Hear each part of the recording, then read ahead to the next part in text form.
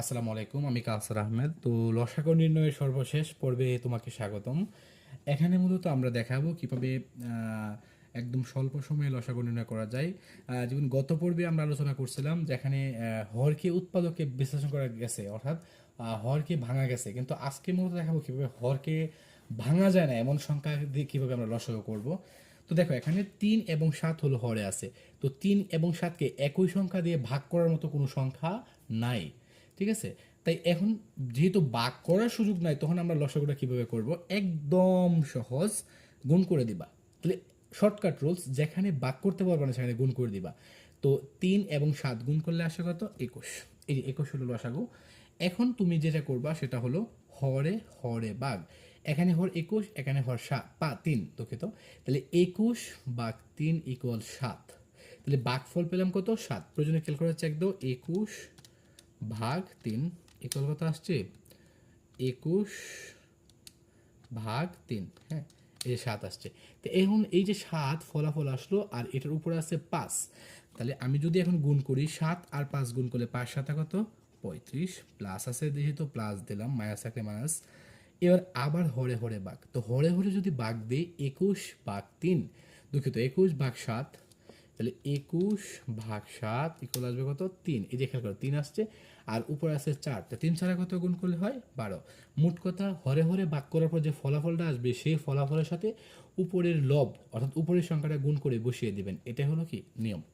এখন খুব সিম্পল, 21, আর এটা যদি যোগ করি আমি, হয় 2 আর 5 যোগ করলে হয় 7, 3 আর 1 যোগ করলে হয় কত? 4। এটা হলো কাঙ্ক্ষিত উত্তর। সেম এখানে 4 নং 36, কারণ 4 এবং 9কে ভাগ করার মতো কোনো সংখ্যা নাই, একই সংখ্যা দিয়ে ভাগ করার যেরকম কোনো সংখ্যা নাই। হরে হরে ভাগ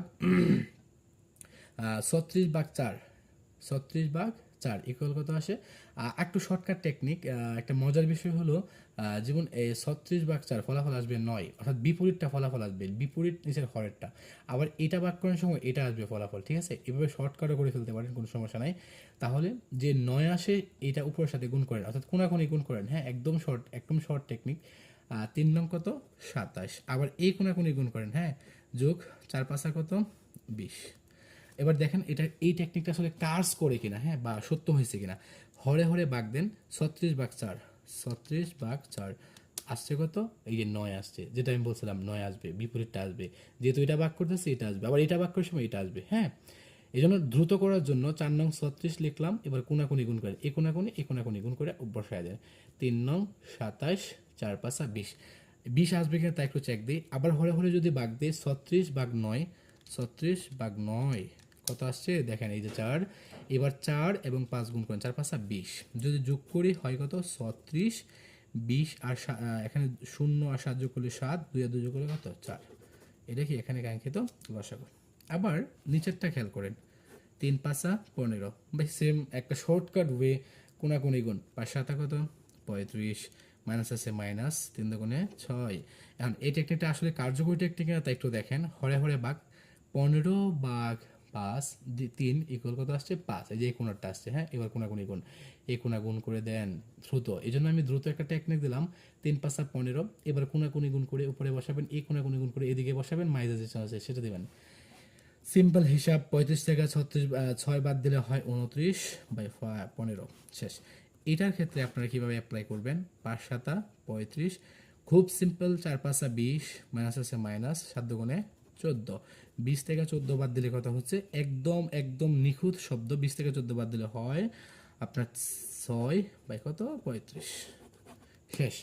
এই হলো পর্ব 4, এবং এরই মাধ্যমে লসাগু নির্ণয় টেকনিকগুলো শেষ হলো। তো আমরা সামনে হয়তো নতুন কোনো টপিক নিয়ে কথা বলবো। তো তোমাদের কোনো চাহিদা থাকলে যে এই টপিকের উপরে কথা বললে বেটার হয় আমাদের, কারণ যেহেতু বেসিক ম্যাথ নিয়ে কথা বলছি আপাতত, তাই বেসিক ম্যাথের উপর মোটামুটি এইটা নিয়ে হয়তো 19 বা 20 নাম্বার বা 21 নাম্বার ভিডিও হতে পারে এটা।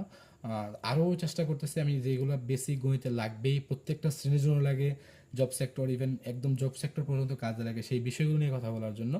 তো আমরা এই প্লেলিস্টটায় তোমরা একটু অনুসরণ করবা, আমার জন্য দোয়া করবা, আমি যেন আমার লক্ষ্যে পৌঁছাতে পারি। তো আজকের মতো আমি এখানেই বিদায় নিলাম। আসসালামু আলাইকুম রহমতুল্লাহি ওয়া বারাকাতুহু।